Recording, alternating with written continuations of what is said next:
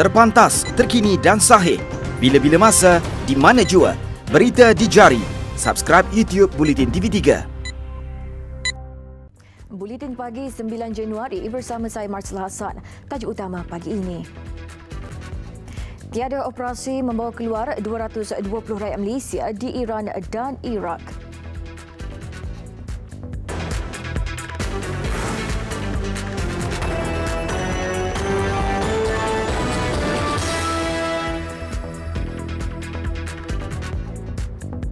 Assalamualaikum dan salam sejahtera. Tiada operasi membawa keluar 220 rakyat Malaysia di Iran dan Iraq setakat ini susulan konflik Iran dan Amerika Syarikat sehingga tercetus serangan peluru berpandu awal pagi semalam. Menteri Luar Datuk Saifuddin Abdullah berkata Wisma Putra sudah mengeluarkan arahan kepada pejabat kedutaan berdekatan untuk bersiap sedia sekiranya terdapat keperluan untuk membawa pulang rakyat Malaysia. Prioriti kita ialah keselamatan rakyat Malaysia yang berada di sana. Saya nak ulang bahawa kepada sesiapa yang berada di sana, sama ada atas urusan kerja, belajar dan sebagainya, harus sentiasa berhubung dengan kedutaan-kedutaan yang berkaitan. Dan sekiranya ada di kalangan kita yang merancang untuk mengadakan lawatan atau perjalanan di kawasan tersebut, haruslah berhati-hati dan nasihat kita ialah kalau tidak mustahak, tangguhkan perjalanan menuju ke kawasan yang berdekatan dengan konflik. Jelasnya lagi, ketika ini terdapat 58 rakyat Malaysia di Iran terdiri daripada pelajar dan kaki tangan syarikat minyak dan gas negara Petronas. Di Iraq pula terdapat 162 rakyat Malaysia dengan 7 daripadanya adalah pensyarah, manakala selebihnya kaki tangan Petronas.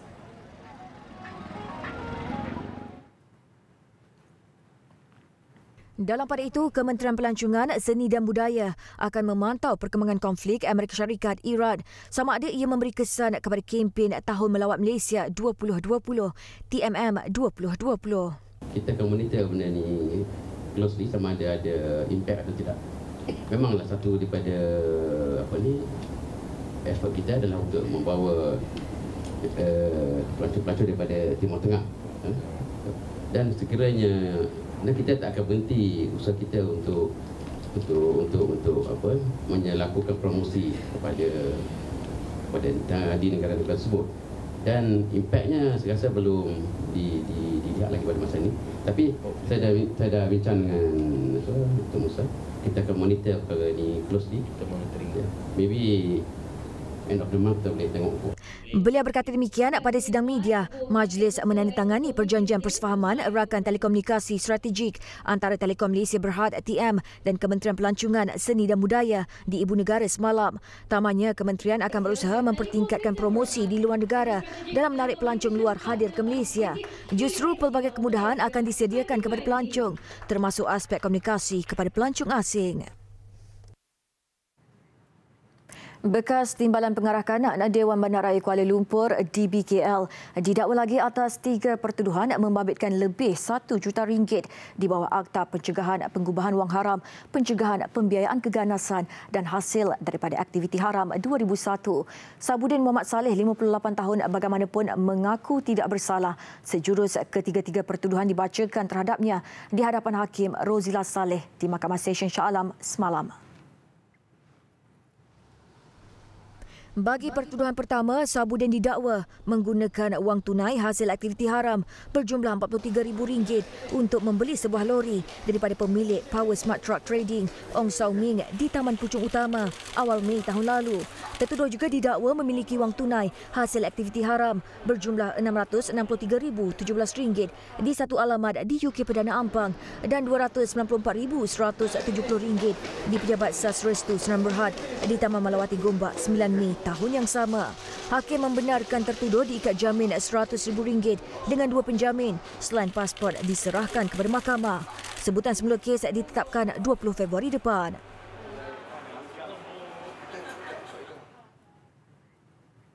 Polis melumpuhkan sindiket penipuan dalam talian menerusi 2 serbuan di ibu negara pada Khamis lalu. 31 individu termasuk 19 warga Cina ditahan bagi membantu siasatan.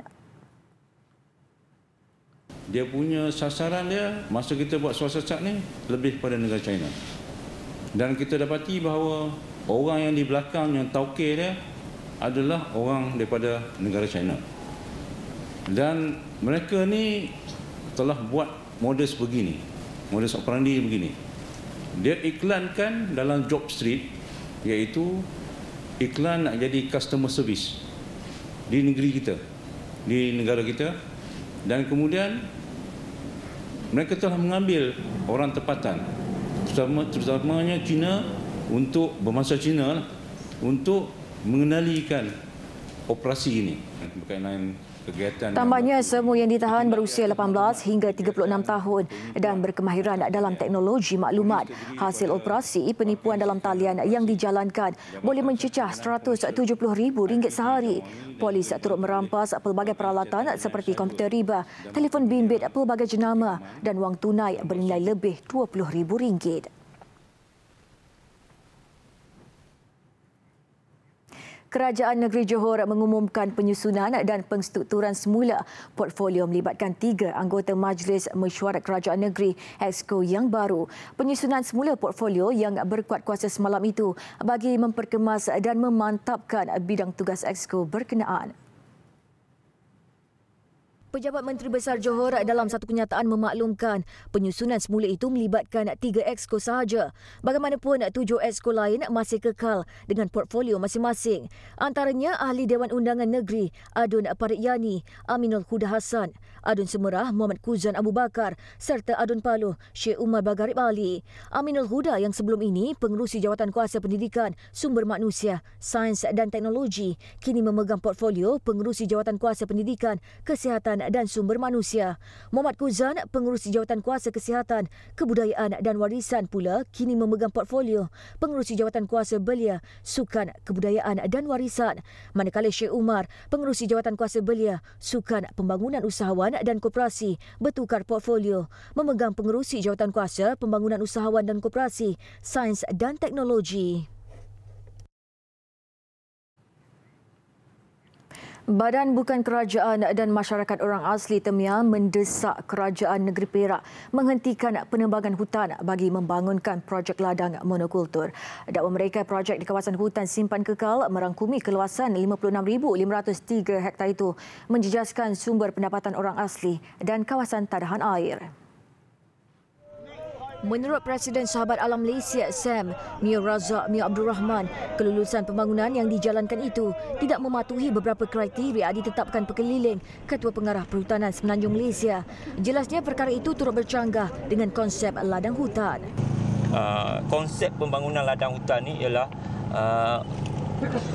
dia buat jadikan tanaman ladang di dalam hutan simpanan kekal. Maknanya status hutan simpanan kekal tu masih tanah tu masih berstatus hutan simpanan kekal, tetapi land use dia telah ditukar kepada lain-lain guna tanah. Maknanya bukan lagi hutan. Jadi pada peringkat awal kawasan suatu kawasan hutan simpanan kekal tu dia akan musnahkan, clearing kan sehingga botak, kemudian ditanam spesies yang terpilih lah. Contohnya getah, iaitu timber latex clone, dan yang terkini adalah musang king. Tambahnya, setakat ini 6 kawasan hutan simpan kekal digunakan bagi tujuan pembangunan berkenaan termasuk di Ijuk, Bukit Kinta dan Korbu. Jelas Mio Razak, perkara itu juga boleh menjejaskan kira-kira 1,500 masyarakat orang asli di penempatan sekitar. Bagi wakil penduduk Kampung Kerawat, tiada pertemuan antara wakil kerajaan negeri dan orang kampung bagi memaklumkan pelaksanaan projek itu. Itu memang tidak ada. Untuk macam pembangunan projek ni kan, pembalakan ataupun pertanian ni, dia tidak ada berbincang dengan orang asli, termasuk dengan wakil-wakil. Semua pencarian ada yang terjejas tak? Semua pencarian, kalau benda ni berjalan memang terjejas lah kami orang asli. Belum lagi lah. Belum bermula projek tu. Ya, belum bermula lagi, tapi akan dilaksanakan kot. Satu memorandum bantahan terhadap projek terbabit diserahkan kepada Menteri Besar Perak, Datuk Seri Ahmad Fazal Azumu, yang diwakili pegawai khasnya Muhammad Jafri Muhammad Zainul. Kementerian Pendidikan akan terus memperkasa dan berdiri bersama sekolah yang mempromosikan semangat perpaduan. Timbalan Menterinya Teo Ni Ching berkata, ini kerana sekolah merupakan medan terbaik untuk mempelajari perpaduan dan kepelbagaian kaum di negara ini. Jadi kita pun rasa hairan, pihak sekolah pun rasa hairan kenapa secara tiba-tibanya tahun ini dia menjadi isu. Walaupun tahun yang lalu hiasan yang sama juga telah dibuat, mungkin lebih besar juga, tetapi dia tak jadi isu, tetapi tahun ini dia secara tiba-tibanya dia menjadi isu. Jadi nasihat KPM kepada guru-guru, kepada sekolah-sekolah kita adalah we will empower, we will stand with the teachers and the school headmasters who promote unity. Saya pun tak tahu dia subang. Beliau berkata demikian selepas melawat Sekolah Menengah Kebangsaan SMK Pusat Bandar Puchong 1 di Puchong Selangor semalam bersama Timbalan Perdana Menteri Datuk Seri Dr. Wan Azizah Wan Ismail. Sebelum ini tular isu mengenai hiasan sambutan Tahun Baru Cina di sebuah sekolah di Puchong.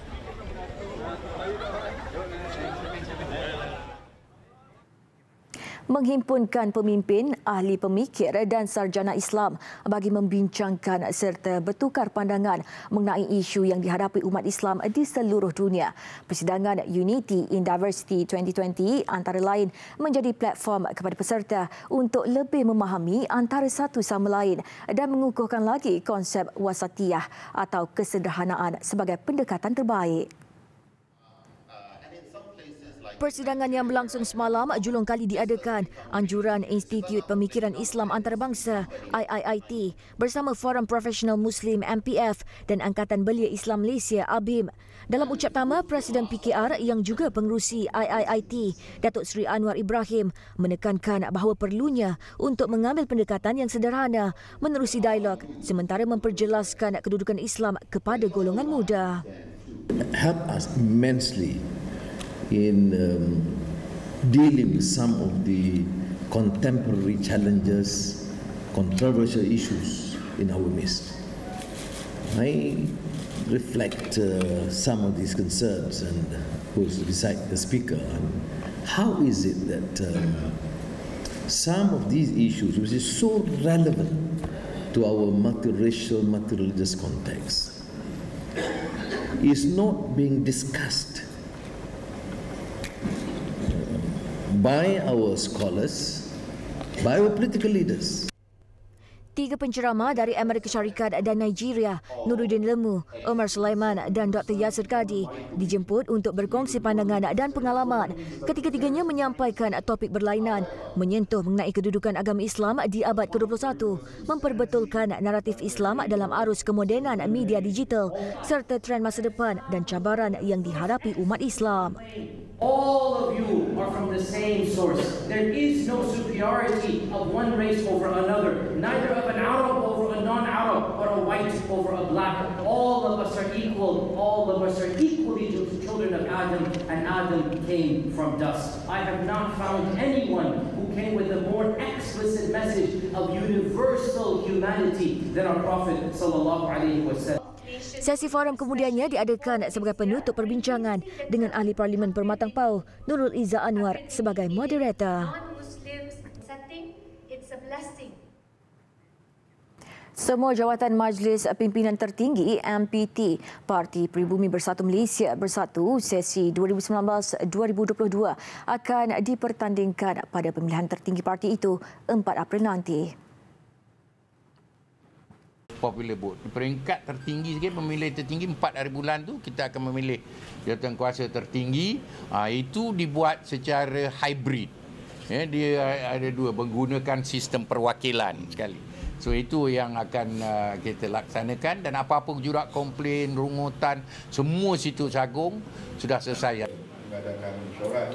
Beliau bercakap pada sidang media selepas mempengerusikan mesyuarat jawatan kuasa pemilihan Parti Bersatu di Petaling Jaya, Selangor. Tambah Tan Sri Said Hamid, pemilihan itu akan menggunakan sistem seperti Suruhanjaya Pilihan Raya SPR. Beliau juga mengesahkan Perhimpunan Agung Tahunan Bersatu pada 20 Jun hanya memberi tumpuan kepada hala 7 parti.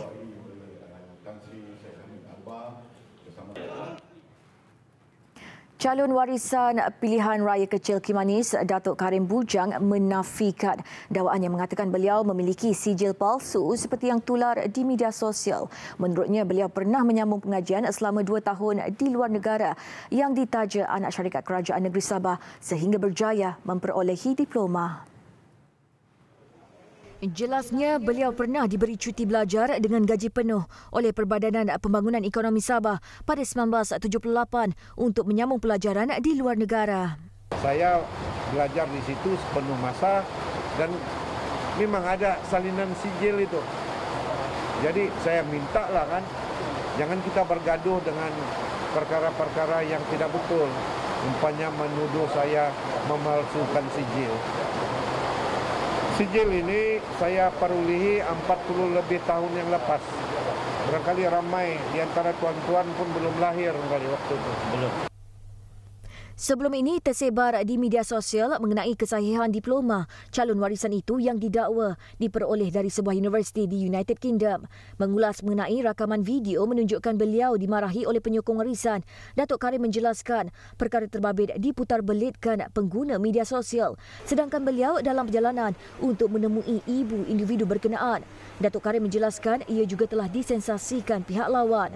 PRK Parlimen Kimanis diadakan selepas Mahkamah Persekutuan pada 2 Disember lalu mengekalkan keputusan Mahkamah Pilihan Raya Kota Kinabalu yang membatalkan kemenangan Datuk Seri Anifah Aman bagi kerusi itu pada Pilihan Raya Umum ke-14 lepas.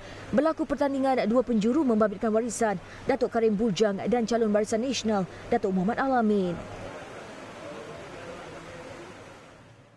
Ibu kepada 5 anak di Kapar Selangor memohon simpati orang ramai bagi membantu menampung kos rawatan anaknya yang sakit buah pinggang dan paru-paru sejak 2 tahun lalu. Tanti tidak bekerja dan bergantung kepada bantuan 2 anak lelakinya yang bekerja sebagai pencuci kereta. Tanti tinggal bersama 5 anaknya di rumah sewa Taman Perpat Indah, Kapar Klang. Anak ketiganya disahkan menghidap sakit buah pinggang sejak 2 tahun lalu. Kes Sarbina terpaksa membuat dialisis dengan menggunakan air di rumah.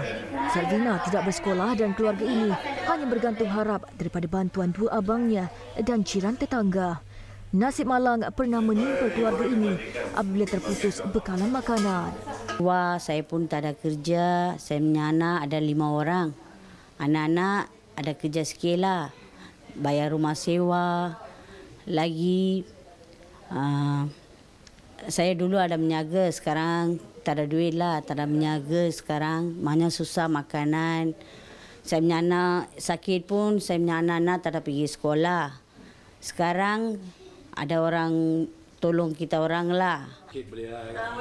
Simpati dengan nasib malang yang menimpa keluarga ini, seorang insan yang prihatin datang membantu. Beliau turut membantu keluarga ini untuk menghantar semula 2 orang anak yang berusia 7 dan 12 tahun untuk kembali ke sekolah seperti biasa.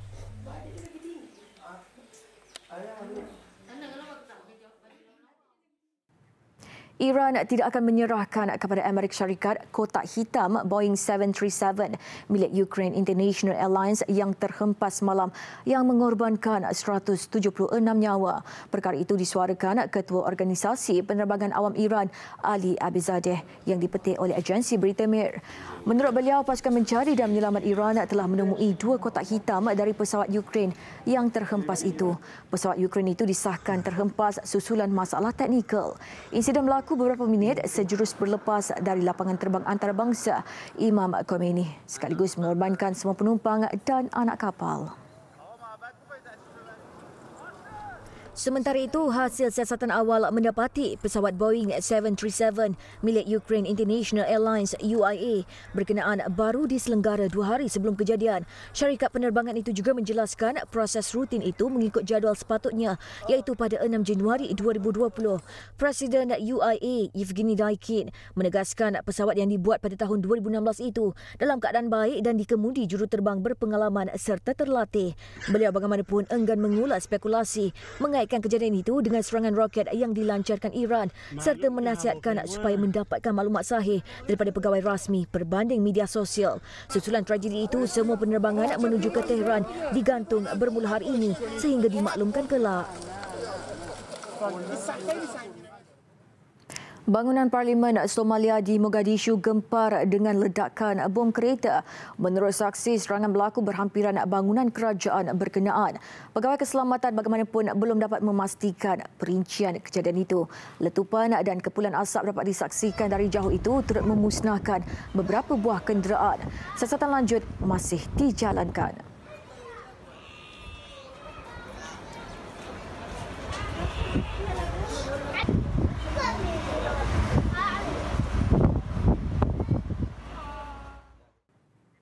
Laporan sukan.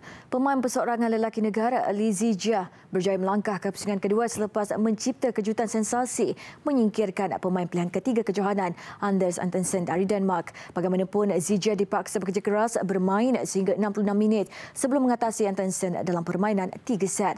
Pusingan kedua hari ini, Zijia dijadualkan bertemu pemain India, Samir Verma. Lee Zijia menyelamatkan maruah Malaysia apabila menjadi wakil tunggal negara layak ke pusingan kedua dalam acara perseorangan lelaki di Masters Malaysia tahun ini. Zijia bagaimanapun terpaksa mengerah kudrat bermain 3 set sebelum menyingkirkan pilihan ketiga Anders Antonsen dari Denmark. Bagaimanapun, Zijia agak tertekan pada set pertama apabila tewas 14-21 kepada Antonsen, namun berjaya bangkit pada set berikutnya menang 21-15 menghirit permainan ke set penentuan. Dan ketika hampir 2,000 penyokong yang hadir di Aziata Arena menjangkakan saingan sengit, kemenangan muda memihak Zijia dengan keputusan 21-8 dalam perlawanan yang berlangsung selama 66 minit.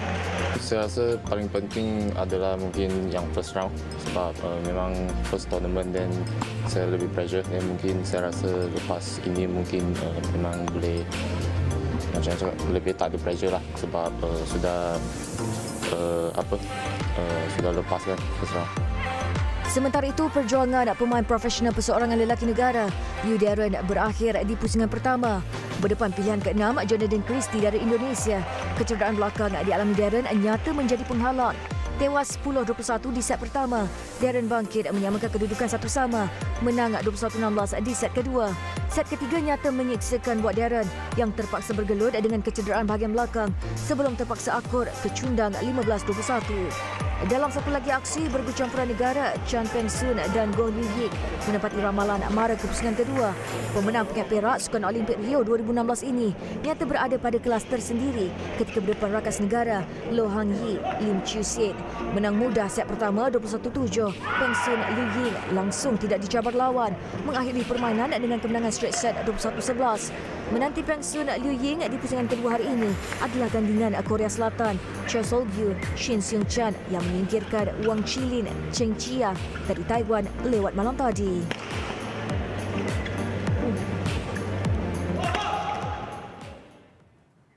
Sekian paparan Buletin Pagi. Terus ikuti perkembangan berita terkini di media sosial dan digital Buletin TV3. Saya Marsil Hasan. Assalamualaikum dan salam hormat.